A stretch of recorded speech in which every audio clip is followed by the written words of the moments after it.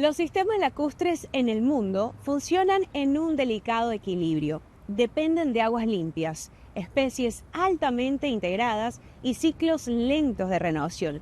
Cualquier alteración, sea por contaminación, plantas invasoras o el turismo, altera su estabilidad. Por eso, protegerlos es vital para la biodiversidad y las comunidades que dependen de ellos. En nuestro continente, los lagos y humedales conforman una de las redes de agua dulce más diversas del planeta, pero también extremadamente vulnerable. Lo mostramos ahora. Bienvenidos a Eco Latinoamérica, hoy con estos temas. Derrame en el lago Chungará, grave crisis ambiental en pleno altiplano chileno. Recuperar el ajolote de la zona lacustre de Xochimilco, ciencia y comunidad unidas en la misión. Emprendimiento femenino en la laguna uruguaya de Rocha, el sabor de la pesca artesanal. Los derrames de sustancias contaminantes muestran la vulnerabilidad de los lagos altiplánicos. Una fina capa de aceite en sus aguas basta para afectar aves, plantas y microorganismos durante años e incluso décadas. Más allá de un caso puntual, estos desastres recuerdan la urgencia de prevenir, proteger y responder con rapidez para evitar daños irreversibles. Nos vamos al Parque Nacional Lauca en Chile, a uno de los lagos de mayor altura del mundo, el Chungará, ahora en fase crítica de riesgo ambiental. Este maravilloso paisaje es casi una postal del norte de Chile, una carta de presentación del altiplano. Chungará, el lago no navegable más alto de todo el planeta, un prístino y rico ecosistema flanqueado por el imponente volcán Parinacota y que hoy ve su equilibrio en riesgo tras un accidente de tránsito que terminó con toneladas de aceite de soya vertido en sus frías aguas. En noviembre del 2025, el conductor de un camión procedente de Bolivia perdió el control del vehículo, volcó hacia un costado de la vía y derramó toda su carga consistente en más de 20.000 litros de aceite de soya.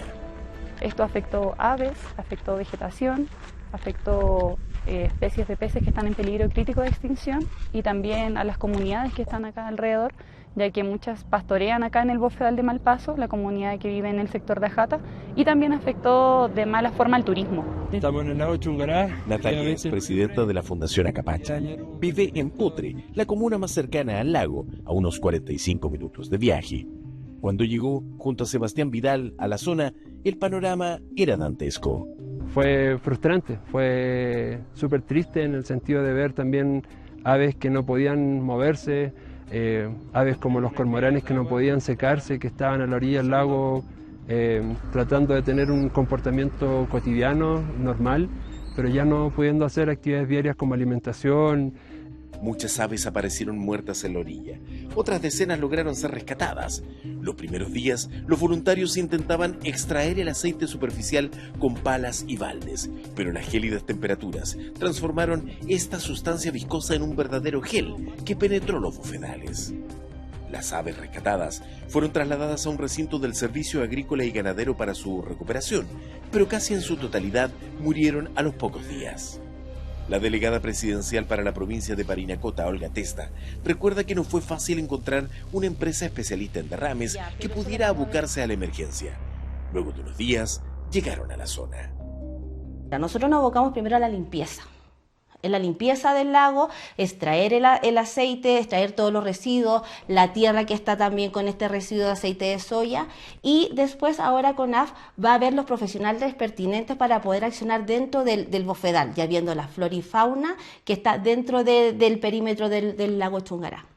Para la Corporación Nacional Forestal es un tema no menor, una tragedia ambiental de gran magnitud, que ha generado y ha puesto sobre la mesa la necesidad de contar con equipo especializado regionalmente para poder atender este tipo de emergencia. Si bien se ha retirado un importante porcentaje del aceite derramado, el lago ya no es el mismo. Aún es posible ver estos enormes filtros impidiendo que siga diseminándose, y el trabajo de la empresa no cesa para extraer toneladas y toneladas del agente contaminante. Al menos lo visible. Así todo, no se ha declarado zona de catástrofe ambiental, pese a que especialistas advierten que algunos daños podrían ser irreversibles. Si estos organismos que son, por ejemplo, autótrofos y que requieren oxígeno, ¿cierto? Y que liberan oxígeno también, que dependen mucho de que penetre la luz para producir la fotosíntesis, todos esos procesos que son tan vitales están siendo alterados. Por lo tanto, yo creo que no existe hasta el minuto una consideración real o una cuantificación de los efectos, de los daños y de menos aún de cuánto va a tardar en recuperarse. No es ser pesimista, afirma Adriana Aránguiz, pero este aceite altera el equilibrio existente en este frágil ecosistema, especialmente en la zona del bofedal, que funciona en términos simples como una gran esponja natural. En otros vertimientos de, por ejemplo, hidrocarburos, se encontró el combustible filtrado hacia capas más internas y menos visibles. La especialista estima que buena parte del aceite ya debe estar en los sedimentos, en el fondo del lago, y eso no podrá retirarse.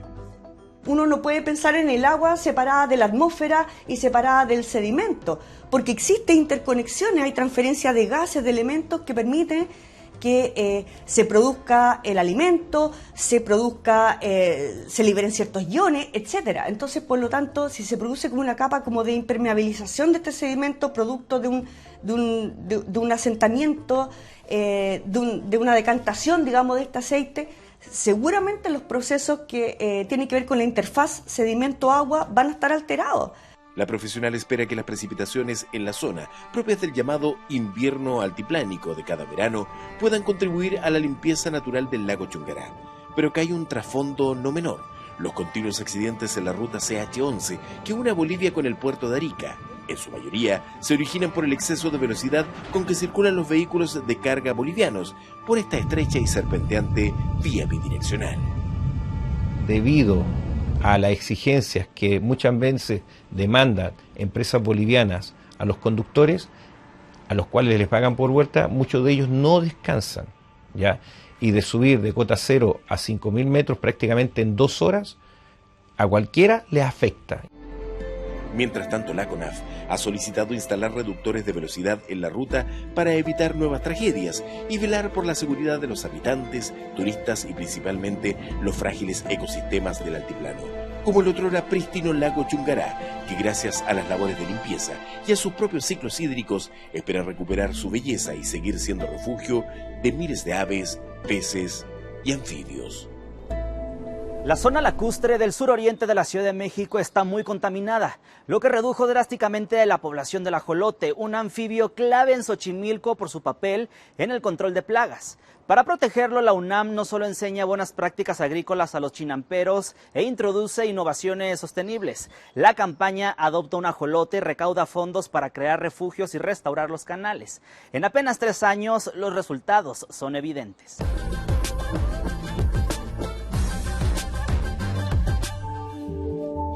Para los pueblos mexicas, el ajolote era el dios perro. Para Vivian, es su vida. Un anfibio cautivador, porque parece que siempre sonríe. Esta bióloga de Ciudad de México ha estudiado esta especie en peligro de extinción desde hace 3 años, cuando se lanzó Adopta un ajolote. La campaña de la Universidad Autónoma Nacional de México pretende recaudar fondos para la conservación de su hábitat. Se trata de la especie mexicana más emblemática, que, entre muchas singularidades, puede incluso regenerar sus órganos. También el ajolote cuenta como, o se considera como un organismo bandera, entonces él nos puede, su ausencia o presencia nos puede decir qué tan mal o qué tan estable puede estar Xochimilco, ¿no? Su repentina disminución nos dice que esta zona lacustre al suroriente de la capital mexicana está muy contaminada. Se trata de un depredador tope en estos canales y chinampas de Xochimilco y por eso tiene la función de controlar plagas. Pero la introducción de peces invasores ha precipitado su desaparición. Hace 20 años había 6.000 ajolotes por kilómetro cuadrado y ahora solo hay 36. Ante esa urgencia, este grupo de la UNAM ha creado refugios donde reincorporar a los ajolotes a su entorno natural. una labor costosa. El apoyo económico para rehabilitar los refugios, para darles mantenimiento a los biofiltros, y otra parte es para mantener la colonia de ajolotes, ¿no? Los biofiltros son estas barreras que evitan que aguas sucias, residuos y otras amenazas afecten al delicado anfibio. Crescencio es uno de los 22 productores que se sumó al proyecto Chinampa Refugio, espacios donde se protege al ajolote. Para ello, es necesario aplicar buenas prácticas agrícolas que, a menudo, representan un sobreesfuerzo y costo que los chinamperos no pueden asumir, porque sus hortalizas se malvenden.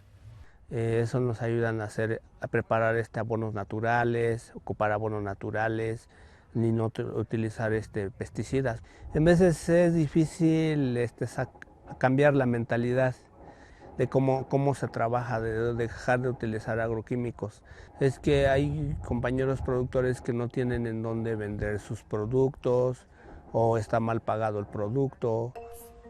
Desde finales de 2022, Adopta un Ajolote ha recaudado unos $400,000. La mitad de sus donativos provienen de personas y empresas de Estados Unidos. Entre sus modalidades existe la opción de invitar a cenar a un ajolote por menos de $10. Un conjunto de apoyos para subsanar estas dificultades de mercado que sufren los chinamperos, imprescindibles para salvar al ajolote. Para Crescencio ha valido la pena sumarse al programa Chinampa Refugio porque ha notado una mayor presencia de insectos, larvas y crías de peces endémicos. El grupo de monitoreo de Adopta un Ajolote acude a esta zona de Xochimilco para tomar muestras una vez al mes y ha detectado una notable mejoría de la calidad del agua. De cierta manera es cierto de que Xochimilco está un poco contaminado, pero la presencia de estos refugios y el trabajo que hacen los biofiltros, o sea, sí es muy buena porque podemos encontrar una mayor diversidad de invertebrados dentro de esos refugios. ¿Qué serán el alimento para los ajolotes? La primera vez que Juan tuvo un ajolote en sus manos, cuando era pequeño, entendió el valor para su comunidad y para la identidad chinampera. Por eso decidió también hacer de su islote de cultivo un refugio para esta especie única. Ha tratado de recuperar saberes ancestrales que le han sido útiles, pero considera que se necesitan combinar con técnicas nuevas para lograr una productividad estable, sobre todo frente a eventos climáticos cada vez más drásticos. Es uno de los pocos jóvenes que se han quedado para heredar el trabajo de la chinampa. Entonces es menos personal, es más el mercado que necesitamos y a veces no tenemos muchas veces el acceso a ciertas herramientas o conocimientos o tecnología. Y otra igual es la etapa o el paso a la modernidad, que también, ¿no?, con todas estas cuestiones de las cintas de riego, optimización del riego por goteo, la fabricación de algunos bioinsumos, técnicas de reproducción de plantas. Para la cultura prehispánica, en este antiguo lago del centro de México, se creía que al extinguirse el ajolote se acabaría la humanidad. Y eso todavía no ha sucedido gracias a la labor de Vivian y proyectos de la UNAM que han tomado esta especie tan carismática y símbolo nacional como bandera para la preservación de este ecosistema único en el mundo. Como esta joven que estudió biología tras descubrir y encantarse por el ajolote al verlo de niña en un documental de televisión. Adopta un Ajolote pretende remover esta sensibilidad en la población. La laguna de Rocha, en el sureste de Uruguay, es uno de los ecosistemas costeros más valiosos del país, donde la biodiversidad convive con una comunidad pesquera artesanal muy arraigada. Aunque es un área protegida, enfrenta la presión del turismo desregulado, la pesca intensiva y el cambio climático, lo que hace clave la participación local. Un ejemplo es la Cocina de la Barra, un proyecto que conjuga sostenibilidad con empoderamiento femenino. Como un espejo de agua, esta laguna abarca más de 70 kilómetros cuadrados del departamento uruguayo de Rocha. Separada del océano Atlántico por una barrera arenosa, las aguas dulces y saladas se mezclan periódicamente, creando el hábitat ideal para una rica biodiversidad. En este área protegida, una comunidad de pescadores artesanales vive de los camarones y peces locales que atrapan sus redes. Hace una década, un grupo de mujeres se convirtió en el motor del cambio cuando abrieron su propio restaurante, La Cocina de la Barra. Ellas no solo participan activamente en la pesca, también en el sustento familiar. Somos una comunidad de pescadores y pescadoras en realidad, que vivimos acá hace 5 generaciones. Mi apellido ya 5 generaciones acá. Obviamente no era lo que es ahora, que ahora es parte del área protegida, el paisaje protegido, entonces las cosas como que cambiaron un poquito, para bien la mayoría. Y bueno, estamos rodeados de la naturaleza, de la laguna, hay un montón de cosas que hay que cuidar, además de también vivir de la laguna como vivimos nosotros y ahora del turismo, hace unos años que tenemos el emprendimiento, ¿verdad? En un entorno tan agreste como el de la laguna, eran muchas las carencias. Al faltar una voz colectiva, los reclamos no lograban llegar a instancias oficiales. Entonces surgió la idea de unirse y dar vida a la primera asociación de pescadores artesanales de lagunas costeras. Los pescadores no son tan así de hacer grupos, ¿verdad?, de cosas. Entonces esta es la primera asociación de pescadores que hay en Uruguay. Y bueno, fue fundada acá y ahora sigue. Nosotras la llevamos más bien ahora al hombro. No había un camino de acceso, prácticamente eran trillos, no había nada, no había agua potable, no había luz y mucho menos para ir a la escuela, todo eso era un sacrificio grande. Entonces, claro, de a uno o de los poquitos que querían ir a golpear puertas, como que no se conseguía nada. Y así fue la forma de lograr conseguir lo que tenemos ahora. La laguna es un área de gran valor ecológico, donde muchas especies se alimentan y reproducen. Aquí solo está permitida la pesca artesanal. Al realizarse a pequeña escala y producir bajo impacto, permite conservar la biodiversidad. Existen normativas adicionales y restricciones para aquellas actividades que pongan en riesgo su equilibrio. Para fomentar el desarrollo de la laguna, el gobierno nacional ofreció a la asociación un fondo. Al principio, los hombres que lideraban el colectivo propusieron la acuicultura, pero no prosperó. Entonces, estas mujeres, al ver que los recursos seguían disponibles, tomaron la iniciativa y dieron vida al emprendimiento. Entonces dijimos, ya, los hombres no querían hacer nada, tomamos la posta a las mujeres y dijimos, ¿qué podíamos hacer? Porque tenía que ser algo asociativo y que le dejara a la comunidad también algo, ¿verdad? La laguna de Rocha fue declarada Reserva Mundial de Biosfera por la UNESCO e incorporada al Sistema Nacional de Áreas Protegidas. Se contrataron guardaparques y se establecieron zonas de exclusión para la pesca y límites sobre volúmenes permitidos. Con el objetivo de preservar los ecosistemas acuáticos, se estableció un área de exclusión pesquera desde la boca de la barra hacia el interior de la laguna. Además, se delimitó un corredor ecológico de 200 metros de ancho y 7 kilómetros de longitud para proteger las especies y asegurar sus ciclos reproductivos. Los insumos que ofrece la Cocina de la Barra provienen directamente de la laguna, sin intermediarios ni procesos industriales. La pesca la realizan las familias que viven en el pueblo, con lo cual las ganancias de las ventas se reinvierten en la comunidad, fortaleciendo la economía local. Por primera vez las mujeres alcanzaron la independencia económica y fueron ellas quienes impulsaron avances significativos para la zona. Su iniciativa marcó un antes y un después. Al ver el progreso logrado, muchos hombres reconocieron el valor del proyecto y comenzaron a colaborar construyendo decks o brindando servicios turísticos. Nosotras seguimos disfrutando la laguna, seguimos teniendo nuestro tiempo con nuestras familias y a la vez tenemos nuestros ingresos propios, ¿verdad? Mejoramos un montón, mejoramos nuestras casas, mejoramos los vehículos, mejoramos un montón la parte económica y también la parte como de grupo, ¿verdad? Aún queda mucho por hacer. Es crucial seguir protegiendo la zona de la pesca masiva, que no solo amenaza la biodiversidad, sino también las fuentes de trabajo de los integrantes de la comunidad. Conocer los ciclos de la laguna, respetarlos y cuidarlos es la única manera de preservar la naturaleza de este paisaje único.